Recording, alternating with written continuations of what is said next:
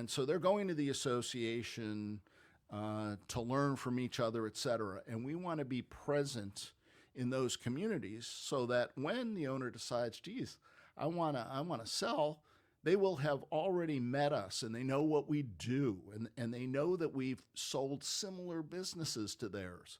So there's a comfort factor, there's a credibility factor. And so they'll come to us and say, hey, understand you sell businesses, can we get together? So those are the kind of introductions that we love. So they're, good, solid referrals based on trust. So I know this is different each time, but on average, like the first day to like the end of the process, how long does the process usually take? Great question. So in the typical scenario, when we have our introductory meeting with the owner and we talk to them about our process, about how we're going to do the evaluation of their business, how we're going to find the buyer, et cetera, our goal in that meeting is to get them comfortable enough for them to share their numbers with us and for us to do the business evaluation. So from that meeting to when the evaluation is done is typically 2 weeks. And then maybe it's another week or so for that owner to decide to engage us. And then from that point to when it's sold can range from 3 to 12 months. In this market, it's more like 3 to 6 months because there's such demand for profitable businesses and such that once we bring something to market, it goes. But the typical time frame is 3 to 9 months, something like that. So it's not something that's going to happen immediately. No. And do like other business owners buy business, or you found like you have like private equity firms buying these businesses, or is like a good mix? Yeah, well, there's a number of different buyers that come to us. So the first would be a high net worth individual. So think of the layoffs here in Seattle now at Amazon. I must have spoken to at least a dozen people from Amazon in the last week, all looking for the same thing. They want to replace their $400,000 or $500,000, salary with owning a business. And believe you me, they have the money to do it. I mean, the 401ks of all our friends here at Amazon, Microsoft. I mean, they got laid off, but keep it real, right? You're not, it ain't like you got laid off from a minimum wage job, like exactly. But what they're coming to the conclusion of is that everybody is laying off in tech here right now. Mm-hmm. So it's not just Amazon, but it's Microsoft and Google, et cetera. And guess what? They're not gonna immediately replace their income. No. And they're coming to the realization that even if they could, they don't want to work for the man anymore. I mean, they want to go off on their own. They want to control their own life. They have, obviously they're sharp people. They've done well, with these companies, and now they want to use that experience and do their own thing. So they'll come to us and say, we want a business, that's throwing off $300,000, $400,000, $500,000 a year. And, typically they don't want to, work so hard anymore, so they want to be passive owners. They want some kind of management structure in there so that they're not having to open the doors every day and such. So that's the one type, the high net worth individual. The next type is, you mentioned private equity.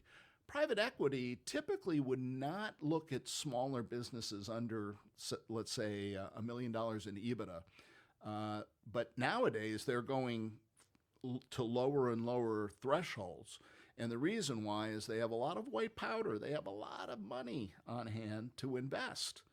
And so they're looking at these private placements as, a good place to put that money to work because the returns can be significant. If you have a good profitable business, the returns are there. So you've got the high net worth individuals, you have private equity, you have search fund buyers. These are newly minted MBAs who then find some investors that will fund the acquisition, and the young MBA will be the CEO of the company, but they'll have an advisory team behind them to back them up and hopefully take an underperforming business and take it to a whole nother level.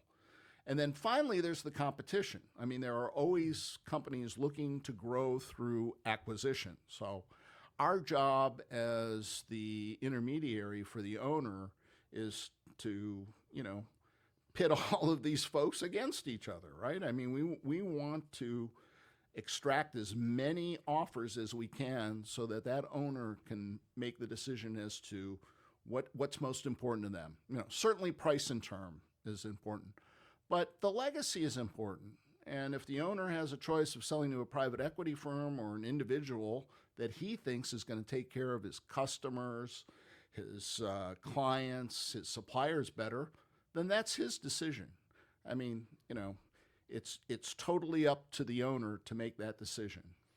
Can you explain EBITDA? I think most people hear the term EBITDA and their eyes glaze over. Like, man, that's like Yeah. learning Greek or reading hieroglyphics. Right? Can you give like a big view of that? Yeah, no, I mean, it's earnings before interest and taxes and amortization is the technical term. But basically, think of it as the cash flow, the actual cash that's coming into your pocket at any given time. Because you can replace, a new buyer can come in and not have any interest, okay? And of course, the taxes are determined by, the tax position of the owner. So it's really the free cash flow of the business.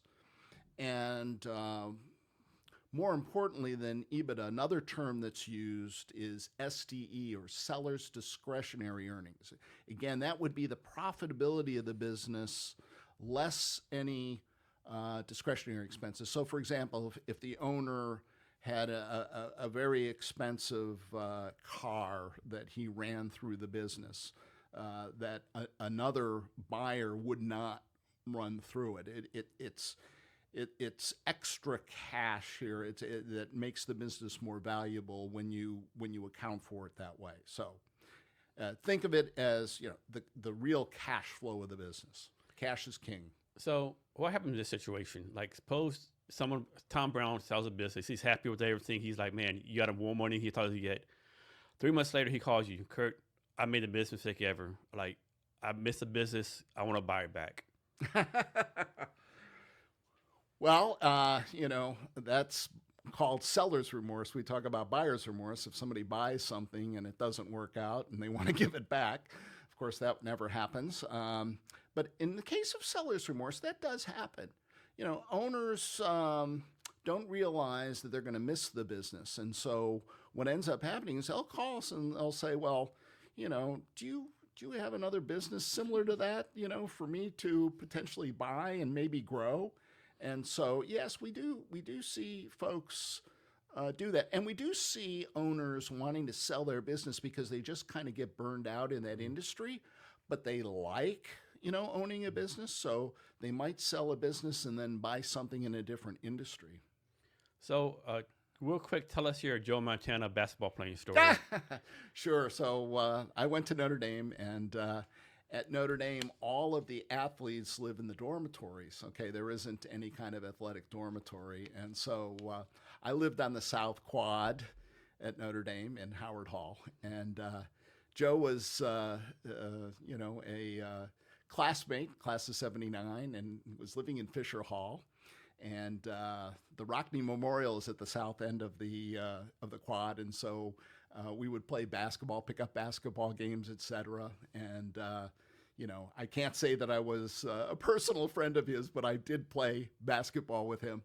And he also played bookstore basketball every year, a tournament and such. And so, at any rate, I had a picture of Joe and I my sophomore year, and come 2010 here. So we graduated in 1979. 2010, his son Nick and his team from Southern California at Oaks Christian High School came up here to play a game against Skyline. And on that team, on Montana's team, was Will Smith, the actor's son's son was on it, as well as Wayne Gretzky's son. Oh, wow. So a star-studded group. And a friend of mine and I went to the game, and he pointed down on the sideline and said, "There's your buddy, Joe Montana. Aren't you going to introduce me?" What could I say? I mean, he wasn't exactly a close friend in college, but, I did play with him. So we went down, and I made eye contact with Joe, and I looked at my friend, and I said, "Joe couldn't shoot for whatever. He got all his garbage points in the paint." Mm-hmm. So Joe immediately knew I was talking about basketball, inter-hall basketball at Notre Dame, and he went with it and said, "Oh, I enjoyed that, but they wouldn't let me play anymore after I started in football for risk of injury." So it's kind of funny. And since that time, I have seen Joe. Last year at the USC game, my daughter and I went to LA, and at the pregame tailgating activity, he was at the Guinness tent because he's a spokesman for Guinness, and he's slinging Guinness beer. And of course, I took one from him and made contact and said, the good old days and such. So, I take great pride in saying that, no